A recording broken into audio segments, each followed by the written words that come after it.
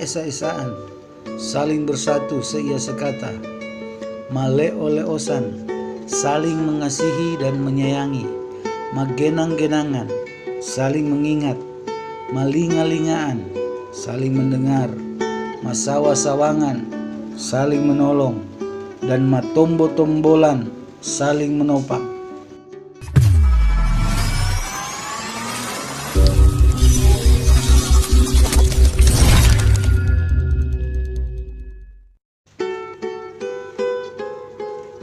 Asal-usul suku Minahasa. Daerah Minahasa di Sulawesi Utara diperkirakan pertama kali telah dihuni oleh manusia sejak ribuan tahun sebelum Masehi. Para peneliti memperkirakan suku bangsa Minahasa berasal dari Formosa, Taiwan, keturunan suku bangsa Austronesia dari Formosa, Taiwan, yang melakukan perjalanan panjang melalui Filipina dan terus ke Sulawesi. Banyak terdapat kemiripan bahasa dari bahasa Minahasa dengan bahasa-bahasa Formosa, Taiwan. Menurut pendapat Tendean, seorang ahli bahasa dan huruf Tionghoa kuno 1997 melakukan penelitian pada Watu Pinawetengan melalui tulisan Minanto yang terdapat di batu itu. Ia mengungkapkan Tou Minahasa diperkirakan merupakan keturunan Raja Ming yang berasal dari tanah Mongolia yang datang berimigrasi ke Minahasa. Arti dari Min Nanto adalah orang turunan Raja Ming. Tapi pendapat tersebut dianggap lemah menurut David D.S. Lumoindong. Karena kalau Minahasa memang berasal dari keturunan Raja Ming, maka ilmu pengetahuan dan kebudayaan kerajaan Ming yang sudah pada taraf maju seharusnya terlihat pada peninggalan arsitektur Minahasa di tahun 1200 sampai 1400. Tetapi kenyataannya peninggalan atau kebudayaan zaman Ming tidak ada satupun di Minahasa. Jadi pendapat Tendean lemah untuk digunakan sebagai dasar dalam penulisan sejarah asal-usul suku Minahasa. Sedangkan berdasarkan pendapat para ahli, orang Minahasa berasal dari ras Mongol Sepul yang sama dengan pertalian Jepang dan Mongol. Ialah memiliki lipid mongoloid dan kesamaan warna kulit, yaitu kuning langsat.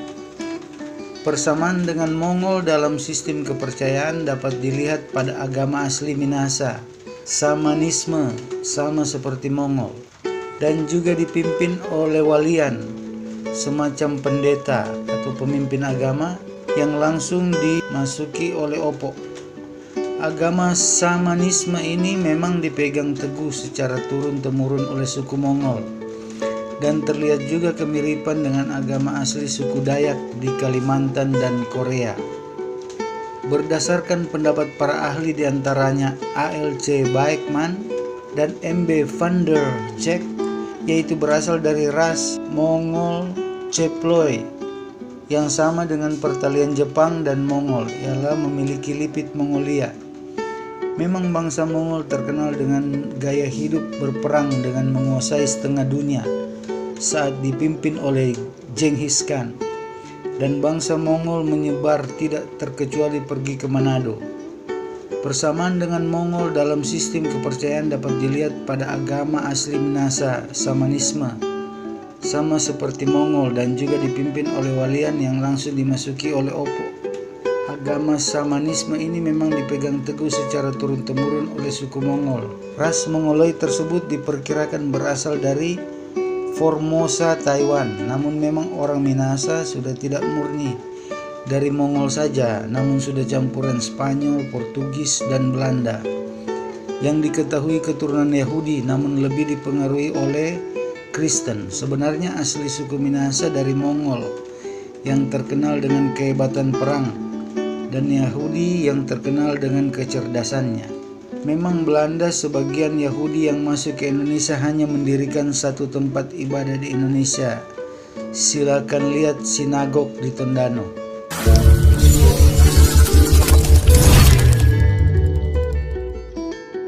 Seperti kita tahu, Manado dalam prosesnya oleh Indonesia dibilang bangsa asing karena sangat dimanja oleh Belanda dan sekutu, serta sangat berbeda dengan ciri orang Indonesia pada umumnya.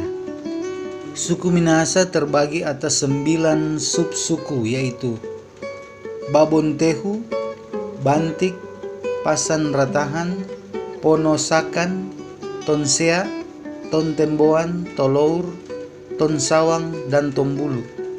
Pada tahun Masehi, kira-kira awal abad ke-6, orang Minahasa telah membangun pemerintahan kerajaan di Sulawesi Utara yang berkembang menjadi kerajaan besar. Kerajaan ini memiliki pengaruh yang luas ke luar Sulawesi hingga ke Maluku pada sekitar tahun 670. Pada pemimpin dan suku-suku yang berbeda dengan bahasa-bahasa yang berbeda bertemu di sebuah batu yang dikenal sebagai Batu Pinawetengan, Watu Pinawetengan. Di sana mereka mendirikan sebuah komunitas negara merdeka yang membentuk satu unit dan tetap bersatu untuk melawan setiap musuh dari luar jika mereka diserang. Bagian anak suku Minahasa yang mengembangkan pemerintahannya sehingga memiliki pengaruh luas adalah anak suku Tonsea pada abad 13 yang pengaruhnya sampai ke Bolaang Mongondo dan daerah lainnya. Kemudian keturunan campuran anak suku Pasan, Ponosakan, dan Tombulu membangun pemerintahan kerajaan yang terpisah dari keempat suku lainnya di Minahasa. Daerah Minahasa dari Sulawesi Utara diperkirakan telah pertama kali dihuni oleh manusia dalam ribuan tahun sebelum Masehi. Orang Austronesia awalnya dihuni Cina Selatan sebelum pindah dan menjajah daerah Taiwan di Filipina Utara, Filipina Selatan, dan Kalimantan, Sulawesi, dan Maluku. Sulawesi Utara, Manado, suku asli di sana adalah Minahasa. Lalu dari mana asalnya nenek moyang suku Minahasa? Berikut cerita singkat tentang mitos Minahasa yang dapat diceritakan, karena cerita lebih lengkapnya memang hanya rahasia dan cuma diceritakan secara turun-temurun. Karena jika diceritakan akan terjadi banyak pertanyaan yang akan susah dijelaskan. Adalah cerita suci sakral dan tidak sembarang diceritakan. Nenek moyang suku Minahasa adalah Dewi Bumi dan Dewa Matahari yang akhirnya melahirkan keturunan Minahasa. Cerita ini diceritakan dalam bahasa daerah dan yang mengetahui hanyalah para walian yang memang ditunjuk oleh Opo secara turun-temurun. Biasanya cerita ini diceritakan secara umum pada saat upacara Rumages. Menjadi cerita Toar Lumimuut, Toar Dewa Matahari yang selalu menyinari Minahasa, dan Lumimuut Dewi Bumi yang memberikan kesuburan pada tanah Minahasa dan keturunannya. Nama Minahasa mengandung suatu kesepakatan mulia dari para leluhur melalui musyawarah dengan ikrar bahwa segenap Tou Minahasa dan keturunannya akan selalu seia sekata dalam semangat budaya. Dengan kata lain, Tou Minahasa akan tetap bersatu Maesa dimanapun ia berada dengan dilandasi sifat Maesa-esaan, saling bersatu seia sekata, maleo-leosan, saling mengasihi dan menyayangi, magenang-genangan, saling mengingat, malinga-lingaan, saling mendengar, masawa-sawangan, saling menolong, dan matombo-tombolan, saling menopang. Inilah landasan satu kesatuan Tou Minahasa yang kesemuanya bersumber dari nilai-nilai tradisi budaya asli Minahasa. Jadi, walaupun orang Minahasa ada di mana saja, pada akhirnya akan kembali dan bersatu. Waktu itu akan terjadi pada akhir zaman yang tidak seorang pun yang tahu. Seperti Opok Karema pernah kasih amanat, keturunan kalian akan hidup terpisah oleh gunung dan hutan rimba, namun akan tetap ada kemauan untuk bersatu dan berjaya. Iyayat Usanti.